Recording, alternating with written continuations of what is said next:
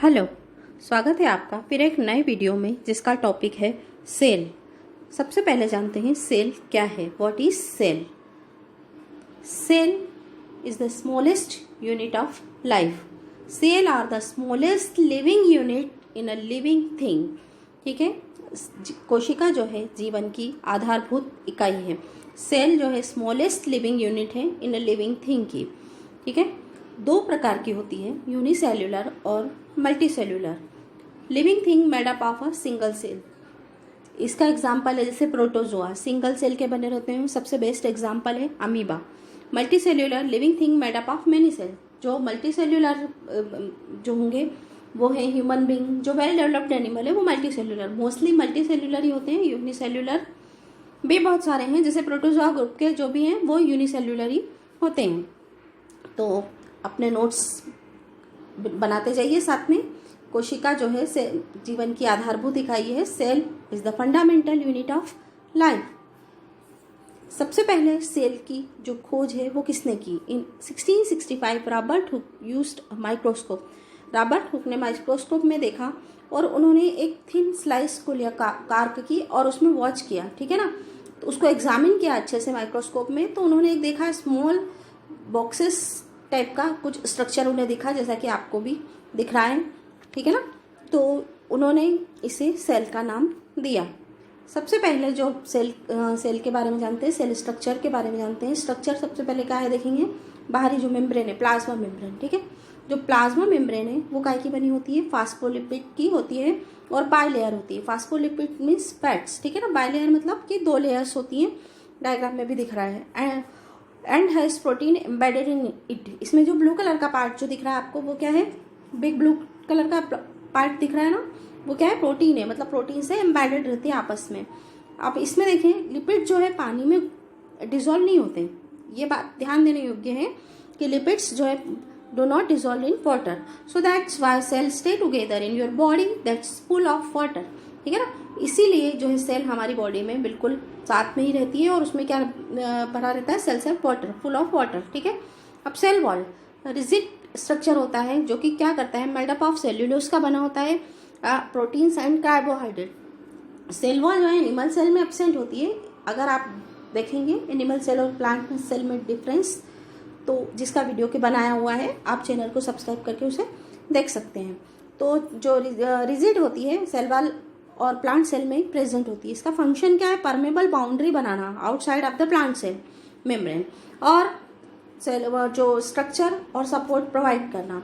अब इसमें देखें कि जो how is the structure of cell membrane related to its function. जो स्ट्रक्चर है सेल मेम्ब्रेन का वो कैसे इसके फंक्शन से रिलेटेड करता है। ठीक है, ऑल सेल मेम्ब्रेन कैसी होती है? Similar basic structure. Basic structure लगभग सभी जो प्लांट है उनके सेल मेम्ब्रेन का एक जैसा ही होता है। प्रोटीन सस्पेंडेड रहते हैं डबल लेयर ऑफ फास्फोलिपिड्स। तो आप सेल मेम्ब्रेन में क्या है? सबसे पहले रिस्पॉन्सिबल क्या है? सेलेक्टिवली एक्सचेंज सब्सटेंस को एक्सचेंज करती है। और काय के लिए रिस्पॉन्सिबल है? कम्युनिकेटिंग विद एनवायरमेंट से कम्युनिकेशन के लिए भी ये जरूरी है। फिर controlling biochemical reactions, forming connection between cell. ठीक है, उसके बाद रिस्पॉन्सिबल है काय के लिए? आइसोलेटिंग सेल कंटेंट को अलग अलग रखने के लिए भी रिस्पॉन्सिबल है। सेमी परमेबल है। ठीक है, फंक्शन ऑफ सेल वॉल्स क्या है? फंक्शन सेल वॉल क्या है? सबसे पहले क्या? शेप प्रोवाइड करती है सेल को स्ट्रेंथ प्रोवाइड करती है, देन प्रोटेक्शन भी प्रोवाइड करती है, ग्रोथ, उसके बाद लिमिटेड एंडोस्मोसिस और एनवायरमेंटल वेरिएशन को भी सपोर्ट करती है। इसके बाद हम जानेंगे न्यूक्लियस के बारे में। देखें यहाँ पर सबसे पहले डायग्राम को देख लेते हैं। एंडोप्लाज्मिक रेटिकुलम आपको दिख रहा है, ये एनाटॉमी है न्यूक्लियस की। क्या है? एनाटॉमी है। न्यूक्लियर एनवेलप दिख रहा है आपको, क्रोमेटिन, न्यूक्लियोलस और न्यूक्लियर पोर। आप जानते हैं इसके बारे में विस्तार से। जो स्ट्रक्चर है न्यूक्लियस का, अब हम उसको अच्छे से समझेंगे। न्यूक्लियस कैसा है? मेम्ब्रेन बाउंडेड स्ट्रक्चर है that contain the cell heredity information. वो क्या करता है? सेल के जो हेरिडिटी इंफॉर्मेशन को कंटेन करता है और कंट्रोल करता है सेल ग्रोथ और रिप्रोडक्शन को। न्यूक्लियस प्रेजेंट रहता है सारी जितनी भी यूकैरियोट सेल होती हैं, यूकैरियोटिक सेल्स होती हैं, वेल डेवलप्ड होती हैं, क्योंकि इसमें सब में न्यूक्लियस प्रेजेंट रहता है। ठीक है, कभी ये एब्सेंट भी हो सकता है कुछ cells like the mammalians of RBCs. ठीक है ना, जो मेमिलियन की आरबीसीज होती हैं उनमें ही एब्सेंट हो सकता है, होता है बल्कि। द शेप ऑफ द, जो न्यूक्लियस का मोस्टली शेप कैसा होता है, राउंड होता है, कभी कभी इट में भी ओवल डिश शेप भी हो सकता है, डिपेंड करता है टाइप ऑफ सेल कि सेल का टाइप कैसा है। आगे द न्यूक्लियर एनवेलप जो है कंसिस्ट ऑफ फॉस्फोलिपिड, काय का बना होता है, फॉस्फोलिपिड्स का, that form a lipid bilayer, और क्या बना लेता है ये लिपिड की बाइलेयर को बना देता है, bilayer double layer. Nuclear envelope perforated with numerous pores, nuclear जो एनवेलप होता है उसमें पोर्स होते हैं जिन्हें हम क्या बोलते हैं, न्यूक्लियर पोर्स। जो एनवेलप है हेल्प करता है शेप मेंटेन करने में, शेप को मेंटेन करने में न्यूक्लियस के, and assist in regulating and flow of molecules, और जो उसमें फ्लो ऑफ मॉलिक्यूल्स है उसको रेगुलेट करता है इनटू एंड आउट, बाहर जाना और अंदर आना, ऑफ द न्यूक्लियस थ्रू, किसके थ्रू आना जाना करते हैं, जो फ्लो है उसमें न्यूक्लियर पोर्स के थ्रू। तो जो न्यूक्लियर एनवेलप से is connected with the endoplasmic reticulum in such a way that the internal compartment of the nuclear envelope is continuous with the lumen of the ER, ठीक है ना। जो nuclear envelope है किससे connected रहता है, endoplasmic reticulum से, और इस तरीके से वो इंटरनली कंपार्ट जो है न्यूक्लियर एनवेलप कंटिन्यूस उसके जो कांटेक्ट में रहता है। फिर क्रोमोसोम्स जिसमें क्या हो पाया जाता है, कंसिस्ट ऑफ डीएनए, जो क्या करते हैं, डीएनए का मेन फंक्शन क्या है, क्रोमोसोम जो प्रेजेंट है डीएनए की क्या है, हेरिडिटी इंफॉर्मेशन और इंस्ट्रक्शन को जो है सेल ग्रोथ के समय पे for sale growth development and reproduction, ठीक है ना, जो कंसिस्ट करते हैं अपने जो क्रोमोसोम का मेन फंक्शन यही है कि जो हेरिडिटी इंफॉर्मेशन है उसको एक जनरेशन से अगली जनरेशन तक ले जाना। तो एक सेल जैसे ही सेल डिस्ट्रॉय होती रहती है, आपको पता है हमारी बॉडी में नई सेल कंटिन्यूअसली बनती रहती है, तो वो इन्फॉर्मेशन को क्या करता है, कैरी करता है।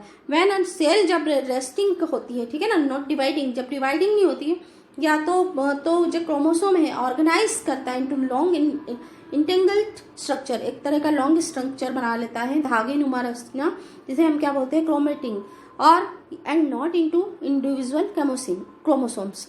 न्यूक्लियोप्लाज्म में इसमें होता है द कैसा स्ट्रक्चर होता है, gelatinous substance with in the nuclear envelope, एक जिलेटिन लाइक सब्सटेंस होता है, किसके साथ अटैच रहता है, न्यूक्लियर एनवेलप के साथ, ठीक है ना, वहीं पर रहता है ये। और जो न्यूक्लियोलस है is not surrounded by a membrane, nucleolus membrane के तरफ सराउंडेड नहीं रहता है, इट इज डेंसली स्टैंड रहता है, एक डेंसली स्टैंड स्ट्रक्चर रहता है, डब्बे टाइप। कहाँ पर पाया जाता है, न्यूक्लियस में। ये देख लीजिए आप, न्यूक्लियोलस दिख रहा है आपको, dense stand like structure blue colour का, ठीक है, क्रोमेटिन भी दिख रहे हैं आपको धागे टाइप के, न्यूक्लियर मेम्ब्रेन भी आपको दिख रही है, और न्यूक्लियर पोर्स भी वहाँ पर आपको दिख रहे हैं न्यूक्लियस में। मेन फंक्शन क्या है सेल न्यूक्लियस का, कंट्रोल करना है जीन एक्सप्रेशन को, और मेडिटेट करना है replication of DNA during the cell cycle. Cell cycle चलता है, सेल डिवीजन होता है, इसमें सेल डिवीजन के बारे में हम अगले वीडियो में पढ़ेंगे।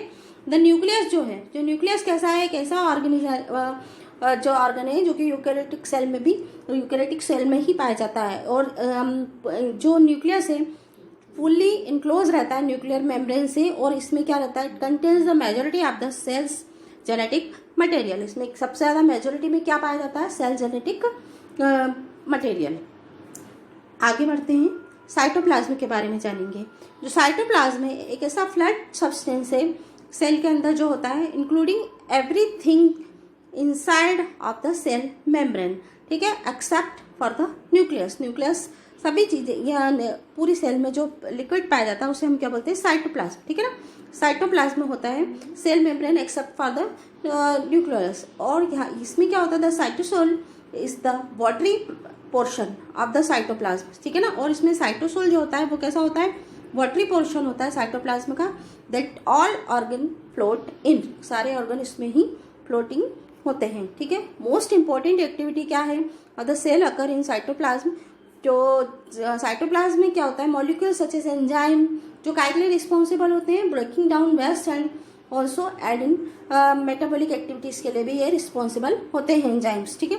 साइटोप्लाज्म रिस्पॉन्सिबल होता है गिविंग अ सेल को क्या देता है, शेप प्रोवाइड करता है, और हेल्प करता है fill out the cell and keep organ in their place, ठीक है, फील आउट द सेल को, और keeps organ in their place, सभी ऑर्गन जो है अपनी प्लेस पर रहे। अब हम जानेंगे सेल ऑर्गन्स के बारे में। सबसे पहले हम जानेंगे एंडोप्लाज्मिक रेटिकुलम। देखिए स्ट्रक्चर दिख रहा है, सबसे पहले यहाँ न्यूक्लियस है, न्यूक्लियस के बिल्कुल पास में पाए जाते हैं। तो राइबोसोम्स भी हैं यहाँ पर, RER रफ एंडोप्लाज्मिक रेटिकुलम है, और SER स्मूथ एंडोप्लाज्मिक रेटिकुलम। देख रहे हैं, रफ और स्मूथ। इसका और क्लोज जो स्ट्रक्चर डायग्राम है वो देख लीजिए। ये राइबोसोम्स देखिए, न्यूक्लियर एनवेलप यहाँ पर दिख रहा है, न्यूक्लियस दिख रहा है, रफ एंडोप्लाज्मिक रेटिकुलम है, और ये देखिए स्मूथ एंडोप्लाज्मिक रेटिकुलम। नाम अच्छे से देख लीजिए, क्योंकि जो बायोलॉजी है उसमें डायग्राम बनाना मोस्ट इम्पॉर्टेंट रहता है, इसलिए हमने ये वाली जो वीडियो है इसमें मोस्टली डायग्राम्स को इम्पॉर्टेंस दिया है। आप डायग्राम को अगर अच्छे से पढ़ लेंगे, अच्छे से बना के प्रैक्टिस कर लेंगे, तो आप उसको डिस्क्राइब भी कर पाएंगे। और एक दो बार वीडियो को अच्छे से देख लीजिए तो आपको बहुत हेल्प मिलेगी। सबसे पहले सेल के बारे में जान लेंगे तो बहुत सारी चीज़ें आपको वैसे ही जानकारी मिलती रहेगी इसी तरह की। आगे देखते हैं, एंडोप्लाज्मिक रेटिकुलम कैसा है? कॉम्प्लेक्स नेटवर्क है ऑफ मेम्ब्रेन बाउंड चैनल्स है। ये कैसा होता है? और शीट्स, ट्यूब्यूल्स एंड वेसिकल्स। इसमें क्या होते हैं? शीट्स टाइप्स के स्ट्रक्चर है, दिखाई है अभी आपको, ट्यूब्यूल्स और वेसिकल। ये किससे कनेक्टेड रहता है?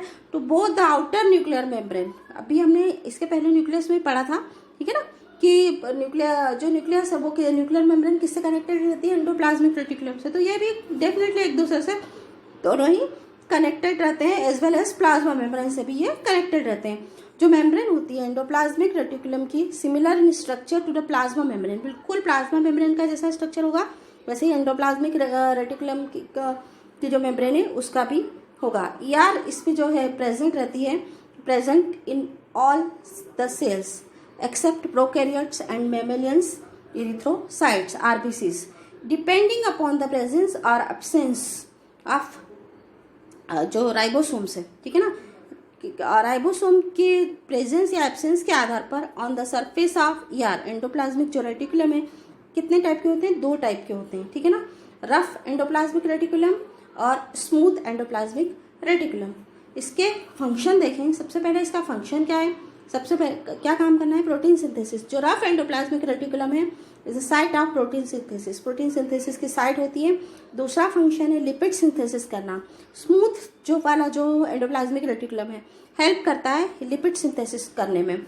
और प्रोटीन्स एंड लिपिड्स क्या सिंथेसाइज करते हैं? एंडोप्लाज्मिक रेटिकुलम, जो इन एंडोप्लाज्मिक रेटिकुलम में जो प्रोटीन और लिपिड जो सिंथेसाइज होते हैं ये यूज होते हैं मेकिंग सेल मेम्ब्रेन और मेम्ब्रेन बायोजेनेसिस, ठीक है ना। और this proteins can also functions as enzymes, hormones are formed of proteins and lipids, ठीक है।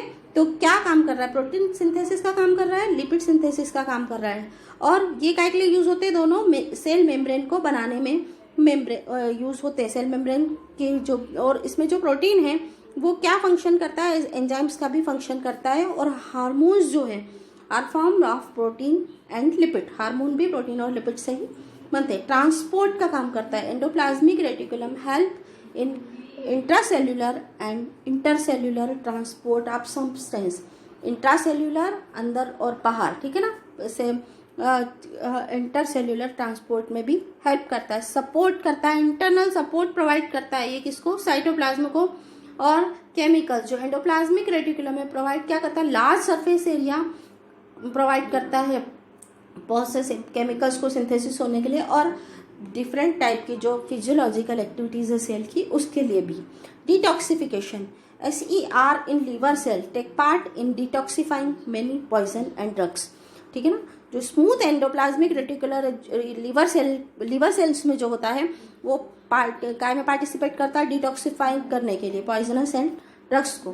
फंक्शन और दूसरे हैं SER के। जो स्मूथ एंडोप्लाज्मिक रेटिकुलम में क्या होता है? लेक्स, राइबोसोम एंड फंक्शंस, ठीक है ना। In lipid metabolism, carbohydrate metabolism, detoxification, ये वही है जो अभी मैंने आपको बताया। फिर से एक बार डायग्रामेटिकली इसको बता दिया गया है, ठीक है ना। ठीक जो 3 डायमेंशनल बताया हुआ है यहाँ पर एंडोप्लाज्मिक रेटिकुलम, ठीक है। ये सारे फंक्शन वही है जो इसमें क्या है? सिंथेसाइज करता है फास्फोलिपिड सेल्स को, जो सिक्रेट करती है प्रोडक्ट्स को, such as those in testis, ovaries and skin oil gland have a great deal of smooth endoplasmic reticulum. ये सारे स्मूथ एंडोप्लाज्मिक रेटिकुलम के जो है फंक्शन है, ठीक है ना। ये सारी चीज़ों में ये सिंथेसाइज या फास्फोलिपिड सेल्स ठीक है ना, सिंथेसाइज करता है फास्फोलिपिड्स को। और सेल्स जो कि सीक्रेट होती है इनसे, products such as those in testes, ovaries and skin oil gland have a great deal of smooth endoplasmic reticulum। ठीक है, अब हम पढ़ेंगे गोल्गी एपरेटस के बारे में।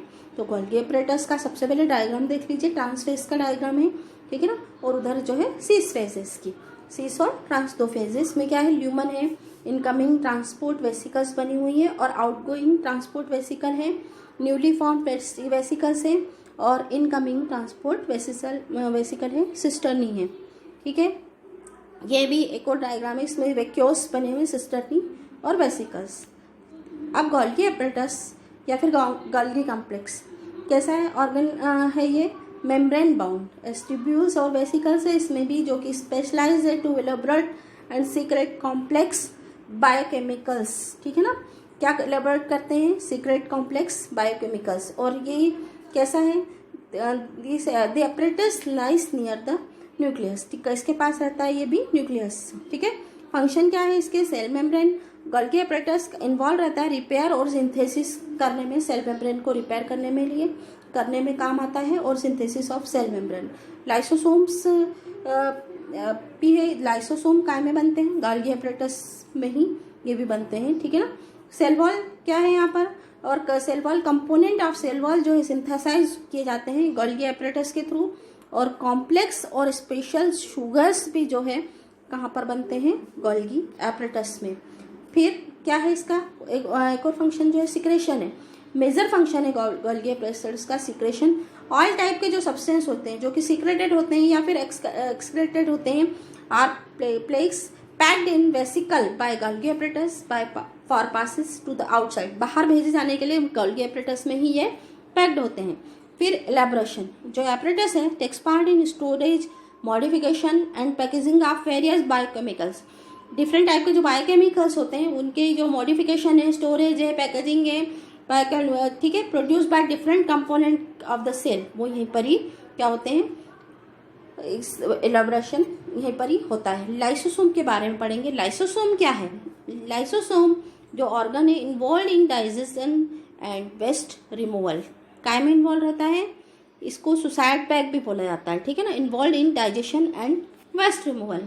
लाइसोसोम एक ऐसा ऑर्गन होता है responsible for breaking down cellular waste, किसके लिए रिस्पॉन्सिबल रहता है, ब्रेकिंग डाउन सेल्यूलर वेस्ट। ये they are filled with digestive enzyme, काय से भरे होते हैं, ये डाइजेस्टिव एंजाइम से फील रहते हैं। लाइसोसोम का पीएच कैसा रहता है, लो होता है इनसाइड। ठीक है ना, मीनिंग मतलब ये कैसे किस तरह का लो पीएच है, मतलब एसिडिक नेचर के। हाई पीएच किनका रहता है, बेसिक का, तो यहाँ इनका पीएच कैसा रहता है, लो का रहता है।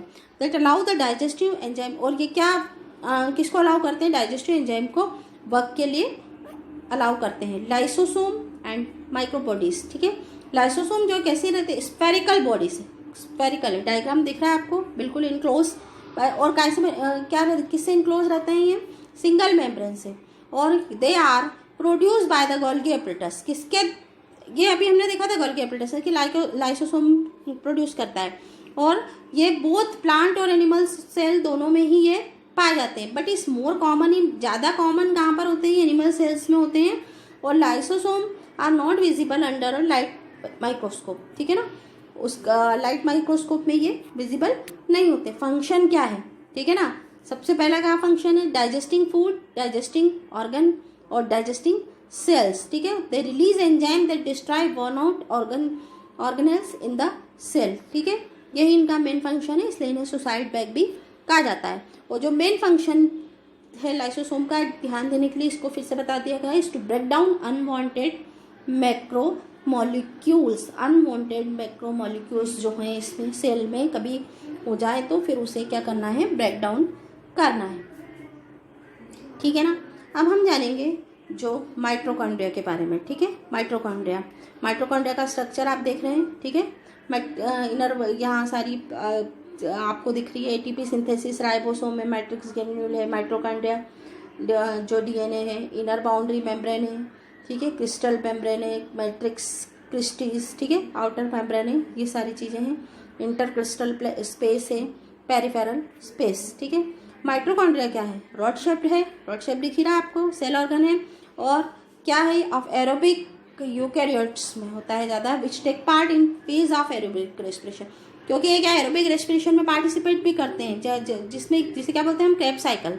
ठीक है, माइटोकॉन्ड्रिया कॉमनली पावर हाउस भी बोला जाता है सेल का। क्यों? क्योंकि इनमें एंजाइम, नेसेसरी एंजाइम जो है रहते हैं फॉर द टोटल ऑक्सीडेशन, जो कि फूड का टोटल ऑक्सीडेशन करते हैं और रिलीज करते हैं हाई अमाउंट में एनर्जी को, और किस फॉर्म में, एडिनोसिन ट्राइफॉस्फेट एटीपी के फॉर्म में एनर्जी को ये रिलीज करते हैं। हर एक माइटोकॉन्ड्रिया कैसे बाउंडेड रहता है, 2 मेम्ब्रेन से। Outer membrane smooth and porous होती है, जो इसकी बाहरी मेम्ब्रेन जो रहती है कैसी होती है, स्मूथ और पेरस रहती है, जबकि दूसरी अंदर वाली कैसी रहती है,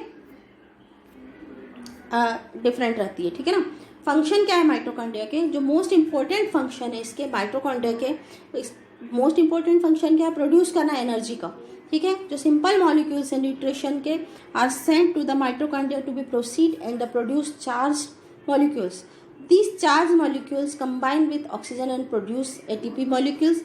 This process is known as oxidative phosphorylation. ठीक है, मोस्ट इंपॉर्टेंट फंक्शन क्या है माइटोकॉन्ड्रिया का, प्रोड्यूस करना, एनर्जी को प्रोड्यूस करना, इसीलिए तो इसे पावर हाउस कहा जाता है। और जो सिंपलर मॉलिक्यूल्स हैं न्यूट्रिशन के, यहाँ पर सिंपल मॉलिक्यूल को ऑफ न्यूट्रिशन सेंड किए जाते हैं माइटोकॉन्ड्रिया में to be proceed and produce क्या करते हैं, यहाँ पर ये चार्ज मॉलिक्यूल को प्रोड्यूस करते हैं। और ये चार्ज मॉलिक्यूल जो है कंबाइन होते हैं किसके साथ, ऑक्सीजन और के साथ, और प्रोड्यूस कर देते हैं एटीपी मॉलिक्यूल को, और इस प्रोसेस को हम क्या बोलते हैं, ऑक्सीडेटिव फॉस्फोरिलेशन। ठीक है, माइटोकॉन्ड्रिया हेल्प करता है सेल को maintain proper concentration of calcium ion, और जो क्या इंक्रीज करता है mitochondrial uptake up to 10 to 1000 folds and begin to shape dynamics within the compartment of the cell। और जो माइटोकॉन्ड्रिया हेल्प करते हैं building content parts of blood and hormones like testosterone and estrogen.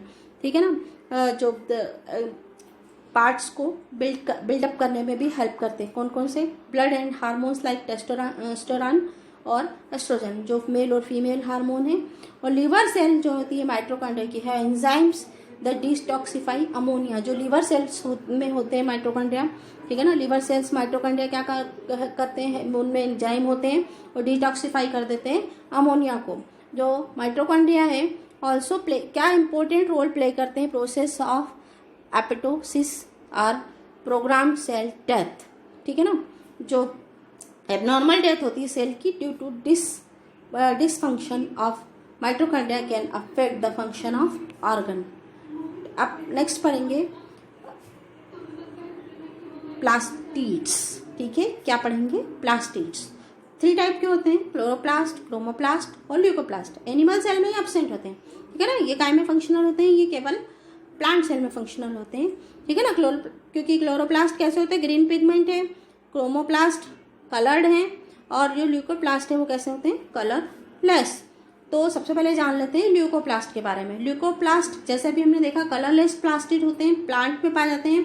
ठीक है, in plant cell not expose, ऐसी plant cell जो कि light में एक्सपोज नहीं होती, जैसे रूट्स में है, बीज में है ना, लाइट में एक्सपोज कहाँ होती है, रूट्स पे जमीन में होती है। वो कलरलेस क्यों होते हैं, क्योंकि इनमें पिगमेंट्स एब्सेंट होते हैं। ल्यूकोप्लास्ट कभी कभी कैसे होते हैं, डिफरेंशिएट इनटू मोर स्पेशलाइज्ड जो है प्लास्टिड्स। क्या है इसमें, सबसे पहले देख लेते हैं इसमें कौन कौन से हैं। एमाइलोप्लास्ट है, क्या होता है इनमें, for starch storage and detecting gravity को डिटेक्टिंग करते हैं।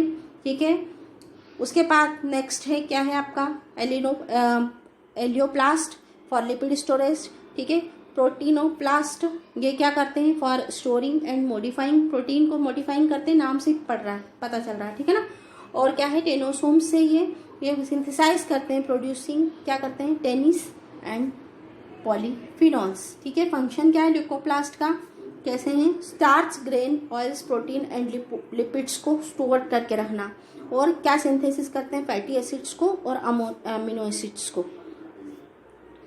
क्रोमोप्लास्ट कलर पिगमेंट्स होते हैं, और कहाँ पर ये कहाँ पर पाए जाते हैं, कैरोटिनाइड्स फॉर्म में और एंथोसाइनेसिस। ठीक है, और क्लोरोप्लास्ट कैसे हैं, ओवल स्ट्रक्चर होते हैं, organelle surrounded by double membrane है इसमें, और कैसे इनक्लोज है, system of flattened membrane sex. ठीक है, फंक्शंस क्या है इसके, क्लोरोफिल होता है और परफॉर्म करने के काम आता है। जो ग्रीन प्लांट होते हैं केवल आपको पता है वही फोटोसिंथेसिस को करते हैं, फोटोसिंथेसिस की प्रोसेस करते हैं, जिसके थ्रू प्लांट अपना फूड खुद ही प्रिपेयर करते हैं। ठीक है, ये टाइप है, ये भी प्लास्टिड्स के टाइप है, लेकिन ये केवल ग्रीन प्लांट में ही होते हैं, फाउंड इन प्लांट सेल्स, केवल प्लांट सेल में ही पाए जाते हैं। ठीक है ना, और सेम तीनों तरह के जो प्लास्टिड्स हैं प्लांट सेल में ही होते हैं। ठीक है ना, फंक्शन क्या है इसके? सबसे पहले कलर्स, क्रोमोप्लास्ट जो प्रोवाइड करते हैं colour to fruits and flower. ठीक है, फ्रूट्स और फ्लावर्स के में कलर को ये प्रोवाइड करते हैं और अट्रैक्ट करते हैं एनिमल को हेल्प कर पोलिनेशन में हेल्प करने के लिए और फ्रूट डिस्पर्सल के लिए। स्टोरेज, अगर कलर अच्छा होगा तो एनिमल कलर को देखकर भी अट्रैक्ट होंगे। बटरफ्लाई देखा है आपने, फ्लावर्स पे बैठती है वो, कलरफुल फ्लावर्स पे। ठीक है ना, तो इस तरह के ये अट्रैक्ट करते हैं। मधुमक्खी भी बैठ जाती है। स्टोरेज क्या है?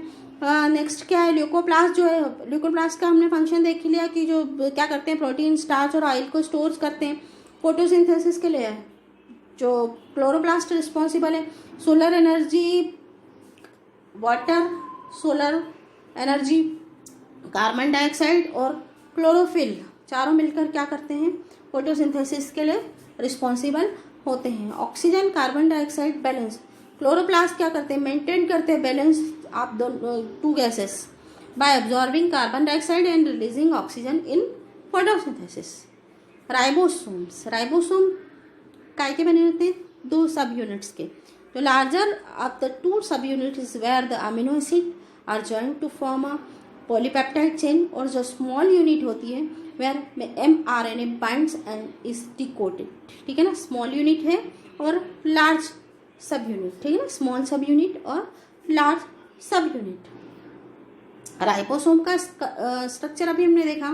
ठीक है ना, mRNA मैसेंजर RNA। ठीक है, सबसे पहले लार्ज और स्मॉल सब यूनिट होती है, काय की बनी? Made of RNA and protein, very tiny compared, tiny होते हैं बहुत ज़्यादा, कंपेयर टू अदर दूसरे जो ऑर्गन हुए उनके कंपैरिजन में बहुत ज़्यादा छोटे होते हैं। ठीक है ना, और मेम्ब्रेन बाउंडेड भी नहीं होते। फंक्शन, इनका मेन फंक्शन है प्रोटीन सिंथेसिस है, कुछ several thousand to a few million. ठीक है, इतने नंबर्स में ये पाए जाते हैं। लोकेशन कहाँ है? फ्री फ्लोट होते रहते हैं साइटोप्लाज्म में और अटैच रहते हैं एंडोप्लाज्मिक रेटिकुलम से। ठीक है ना, ठीक है, उसका ये फैक्ट्री एनालॉजी क्या है इसका? ये वर्कर्स ने राइबोसोम को प्रोटीन फैक्ट्री भी कहा जाता है। ठीक है, आगे पढ़ते हैं। सेंट्रोसोम, सेंट्रोसोम एक ऐसा स्ट्रक्चर है फाउंड इनसाइड, सेल के इनसाइड होता है। They are made from two centrioles, कैसे बने होते हैं? दो सेंट्रियोल्स के होते हैं, बने होते हैं। ठीक है, सेंट्रियोल्स क्या आते हैं? माइक्रोट्यूब्यूल, ये दिख रहा है ना आपको, माइक्रोट्यूब्यूल रिंग्स टाइप के स्ट्रक्चर होते हैं। और इनका मेन पर्पस क्या है सेंट्रोसोम का? ऑर्गेनाइज करना माइक्रोट्यूब्यूल्स को और प्रोवाइड करना स्ट्रक्चर। किसको स्ट्रक्चर प्रोवाइड करना है? सेल को। As well as work to pull chromatids apart during cell division. Mainly इनका फंक्शन कब होता है? सेल डिवीजन के दौरान फंक्शन। इसमें सेंट्रियोल्स जो प्रेजेंट है वो केवल एनिमल सेल में प्रेजेंट रहते हैं, प्लांट सेल में प्रेजेंट नहीं रहते हैं। ठीक है ना, और जो सेंट्रियोल है काय के लिए यूज होते हैं? एनिमल सेल में centrioles are used for animal cells to reproduce. ठीक है ना, और ये क्या करते हैं? रिलीज करते हैं लॉन्ग स्ट्रीप फाइबर्स कॉल्ड, उनको क्या बोलते हैं? माइक्रोट्यूब्यूल्स बोलते हैं। लॉन्ग स्ट्रीप जो फाइबर्स है उनको रिलीज करते हैं, जिन्हें हम माइक्रोट्यूब्यूल्स बोलते हैं, और स्प्लिट द सेल अपार्ट। ठीक है ना, जब सेल को स्प्लिट करते हैं, कब? सेल डिवीजन के दौरान। जो फंक्शन है सेंट्रोसोम का क्या है? मेंटेन करना equal distribution of chromosome in daughter cell. Cell division के दौरान में क्रोमोसोम का इक्वल डिस्ट्रीब्यूशन हो डॉटर सेल में, ये इनका मेन फंक्शन है। ठीक है, अब पढ़ेंगे हम वैक्यूल्स। ठीक है, फ्लड फिल सैक्स फॉर, ठीक है ना, सैक होते हैं ये, सैक फॉर स्टोरेज। ठीक है, सैक कंपार्टमेंट टाइप। ठीक है ना, small are absent. Animal cell में तो यह बहुत छोटे होते हैं, पहले हम पढ़ चुके हैं, डिफरेंस वाला वीडियो आप देख लीजिएगा, एनिमल सेल और प्लांट सेल के डिफरेंस वाला। और एनिमल सेल्स में कैसे होते हैं? छोटे होंगे, एब्सेंट होंगे, लेकिन प्लांट सेल में बहुत लार्ज वैक्यूल होते हैं। ठीक है ना, और बैक्टीरिया सेल में किसी तरह का कोई वैक्यूल नहीं पाया जाता। ठीक है, अब यहाँ देख लेते हैं ये वैक्यूल्स, ये देख लीजिए आप, यहाँ पर कंपेरिजन भी करके दिखा दिया गया है एनिमल सेल और प्लांट सेल में। ठीक है ना, प्लांट सेल में देखिए बड़े बड़े हैं और जो एनिमल सेल में छोटे वाले आपको दिख रहे हैं। ठीक है, ये क्या के लिए यूज होते हैं? स्टोरेज के लिए। और इसमें क्या होगा? कंटेन न्यूट्रिएंट्स, वाटर और वेस्ट एनिमल सेल में। और प्लांट सेल में लार्ज एक वैक्यूल है, लार्ज है, और काइटिलेज इसमें भी वाटर और pushed against the cell wall, ठीक है ना, अगेंस्ट पुश, सेल वॉल के अगेंस्ट पुश करने के लिए। और ये इसमें वैक्यूल्स काहे के लिए काम आते हैं प्लांट सेल में, प्लांट को एक रिजिडिटी प्रोवाइड करने के लिए काम आते हैं। फंक्शन क्या है वैक्यूल्स का, osmoregulation and excretion, storage, cellular waste के लिए है, लाइसोसोमल एंजाइम्स हैं, फूड वैक्यूल्स हैं, टर्जिडिटी एंड रिजिडिटी के लिए भी ये काम फंक्शन करते हैं, और एब्जॉर्प्शन ऑफ वाटर करते हैं, ठीक है। तो सेल के बारे में आप इस वीडियो को 1 या 2 बार जरूर देखिए अच्छे से, और डायग्राम्स पर ज़्यादा से ज़्यादा फोकस कीजिए, क्योंकि पर्टिकुलर भी कभी आपको स्ट्रक्चर आ सकता है एग्ज़ाम में, और ये मोस्ट इम्पॉर्टेंट टॉपिक है, क्लास 9th के लिए इम्पॉर्टेंट है, 10th में थोड़ा कम आता है इससे, लेकिन फिर 11th क्लास के लिए मोस्ट इम्पॉर्टेंट है, और साथ ही साथ फिर 12th के, क्योंकि ये बेसिक पार्ट है, ठीक है। तो आज के लिए बस इतना ही। आपको ये वीडियो अच्छा लगा है तो फटाफट से लाइक, सब्सक्राइब और शेयर ज़रूर करिए, ठीक है। वीडियो को शेयर ज़रूर करें आप, ताकि हमें प्रोत्साहन मिलता रहे और हम ऐसे ही आपके लिए नए नए वीडियो लाते रहें। Thank you.